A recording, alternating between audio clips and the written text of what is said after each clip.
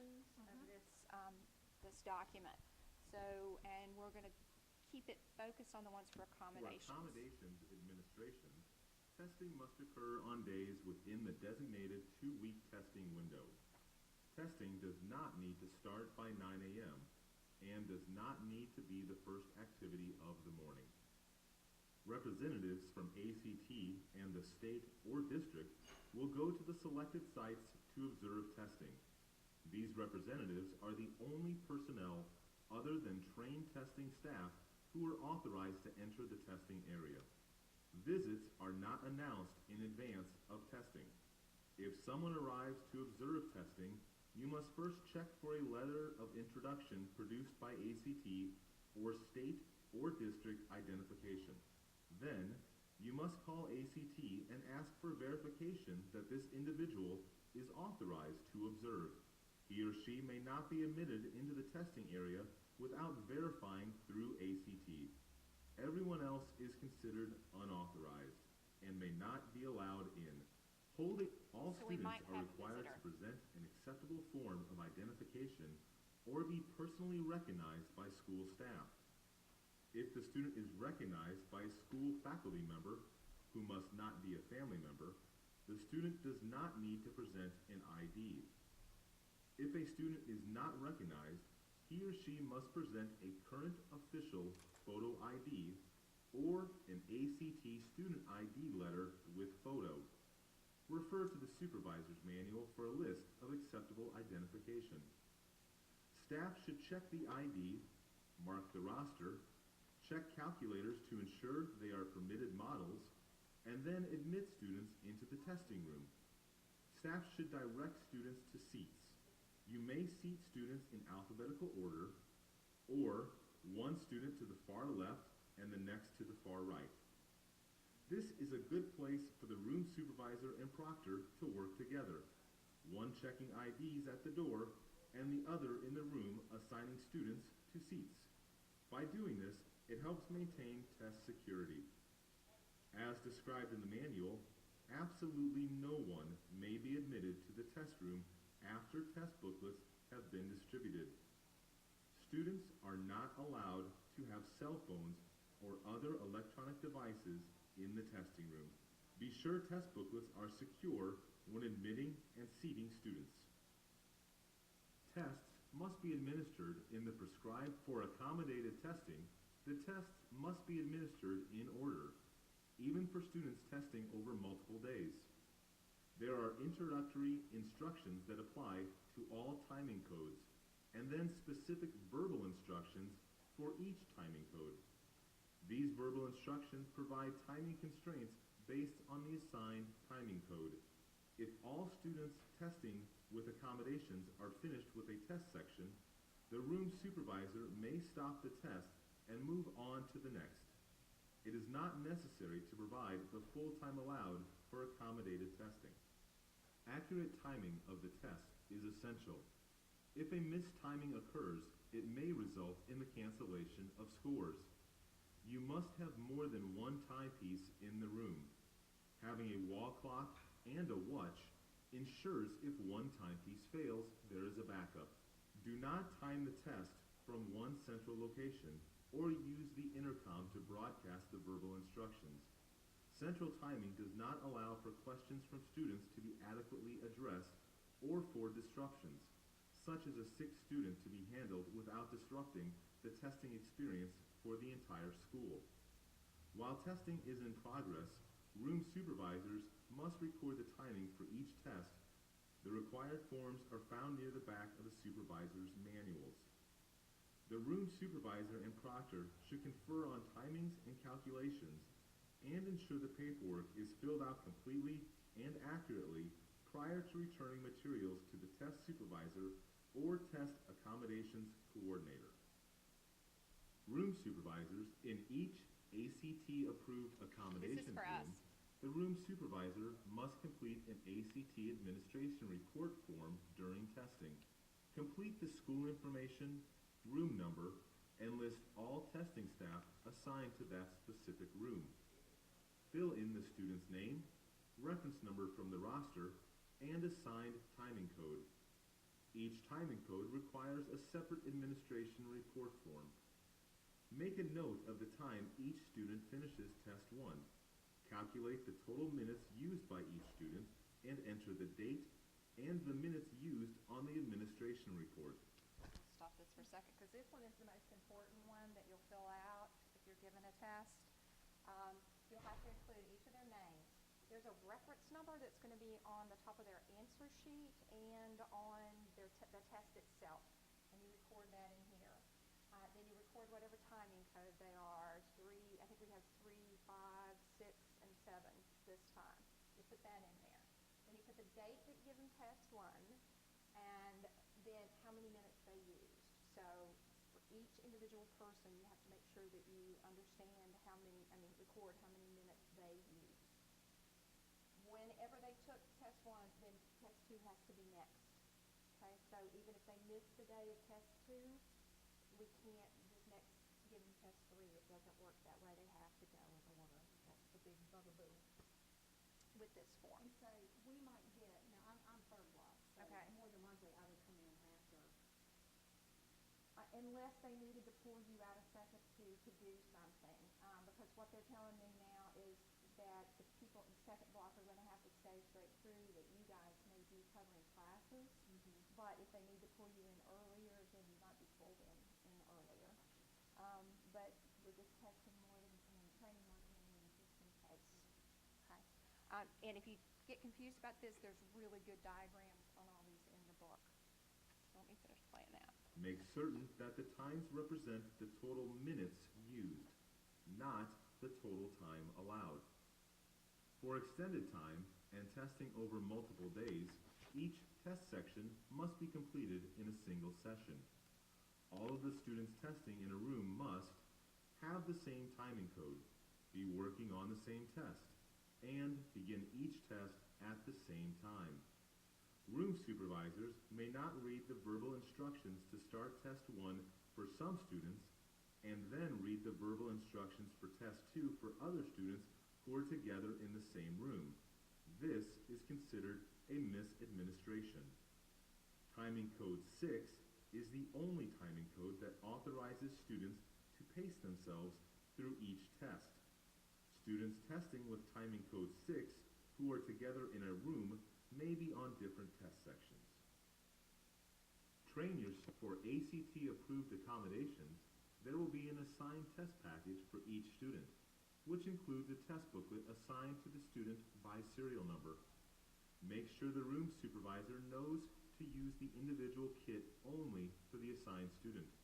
Follow the verbal instructions in the supervisor's manual for state special testing for proper distribution of ACT-approved accommodations test materials. If a student is approved for ACT-approved accommodations and the student indicates he or she does not want the planned accommodations, you do not need ACT authorization or approval to test a student without accommodations. Students who choose to test without accommodations must test in a standard time room with a standard time test booklet. The assigned accommodated testing materials must not be used. Mark the ACT-approved accommodations final roster indicating the student will test with standard time. If the student indicates he or she will not test with accommodations prior to the standard time initial test date, the student may test on the initial test date in the standard time testing room. If the student makes this decision on the initial test date after testing has begun, or after the initial test date, schedule the student to test on the makeup test date. If anybody were to tell you that they don't want their mod, please just send them to see me, okay?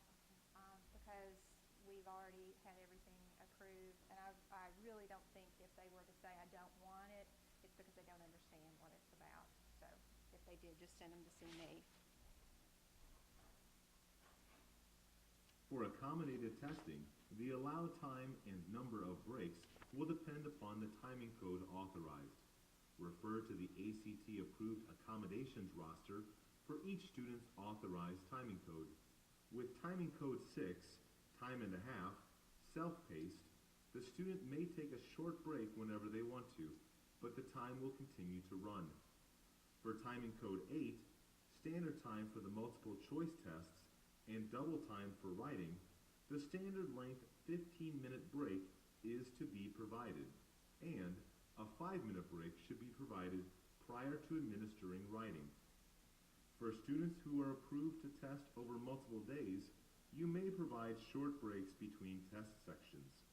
Also, students authorized to receive stop-the-clock breaks or additional breaks must test individually.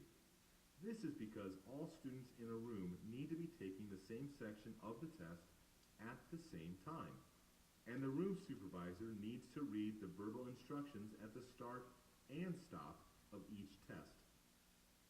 Each room supervisor must complete a seating diagram as testing is in progress. The boxes represent seating assignments in the room. For standard time rooms, the multiple choice test booklet serial number and, if applicable, the writing serial number should be entered. For ACT approved accommodations, the reference number, not the test booklet serial number, needs to be written in. If the seating diagram does not fit your room, you may draw your own diagram on a separate sheet of paper. Let me go back to that for just 1 second because I want to point something out. Our diagram Each room supervisor must complete a seating diagram. looks a little bit different than this, and that reference number that we talked about a minute ago, that's what you have to record in the seating diagram. And if it's one-on-one, you just put one student in there, but you just try to make it as accurate as you can based on whatever room you're given.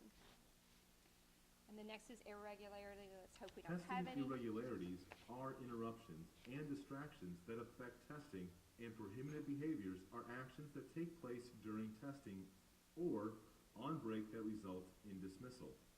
Train room supervisors to complete an irregularity report found in the back of the manual to document what happened and, if applicable, how it impacted testing. Please refer to the supervisor's manual for detail regarding potential irregularities and prohibited behaviors, and how to handle these situations. If you are ever in doubt about what to do, call ACT for guidance. There are several required documents to complete for accommodations administrations. We have already touched on the administration report and seating diagram. In addition to these, the ACT-approved state test accommodations final roster that came with your testing materials should be marked properly to indicate who was present and tested. The testing staff list should name anyone who assisted with accommodated testing. It should include name, job title, and position, such as room supervisor or proctor. If irregularities happen during testing, these must be recorded on an irregularity report. A reader's agreement, interpreter's agreement, or writing test agreement must be completed if this is applicable to the testing situation. Also, if state-allowed accommodations are part of your testing program, state-allowed rosters must be completed. Please note, room supervisors will need to count all test booklets and answer documents and check test booklet serial numbers against the seating diagram prior to dismissing students. There should be a test booklet and answer document for each student who tested. Ensure that each answer document has the student's signature and verify that each answer document has a test booklet number and test form number, or, for ACT-approved accommodations, a reference number. If you have barcode labels, check to see that the student's last name, first name, and, if applicable, a middle initial matches the barcode label on the back of the answer document. Resolve any issues before dismissing students. Additionally, if you have an answer document supplement, be sure the answer document has been completed appropriately according to the instructions. After the students are dismissed, we recommend the room supervisor organize materials to return to the test supervisor as follows. Place test booklets back into serial number order. Stack answer documents so that page 1 is facing up. Check that all times have been transferred accurately from the supervisor's manual, and review all administration forms for completeness and accuracy. Investigations and score decisions are based off of these forms, so it's important that they're correct. The test supervisor. Okay, and that's for me. You don't have to worry about that. So the big thing on this sheet is if you are testing in a certain code, are you testing right now? You know, I have you down for, yeah, you're doing the timing code 6. That's the one where they have 5 hours and 45 minutes to do it all at one time. They get to set their own breaks. If they need to take a break at the time, they can stop. So 5 hours and 45 minutes includes break time. Okay? So you will have that. You'll do the survey on the 5th, and then the next day on the 6th is when they take the test. I've given you step by step in your manual what pages you have to go to in this, and then what forms you have to fill out and where they are in the manual. Okay? Um, when we get test materials, I haven't decided yet where I'm giving them out from because I don't know exactly. I think it's going to be in U7, the one down the hall from my room. So you'll be picking them up there before test day. And then timing code 3 is the one where we use, one of these is the one where we use the DVDs. Either one of you won't have to deal with that. Then there's the one where we have readers one-on-one. If you are reading one-on-one, you have to follow the script exactly as it's written. That's the big thing. Timing code 5, they have the same standard time, but they're being given one test per day, and I think Ms. Hill is handling that. It's one of her 504 students right now. And then our one little guy who's timing code 7, time and a half over multiple days. He'll get time and a half. So you can do more than one test in a day, but he may not be able to do it. But they have to go again in order. Questions about any of it? Okay, so on test day, like I said, I think it's going to be in Mr. Ballard's room down there where I'm going to have the test materials. You guys just come pick up the test materials. When you're through, you can bring them back to me, and then I'll take care of everything else. And if for some reason we are needed, they'll send us the test report in. Yes. Supposedly there's going to be scheduled for some of you guys to do breaks and things that's coming out. So as soon as that comes out, we'll forward that out to you as well. Okay? Okay. Sound good?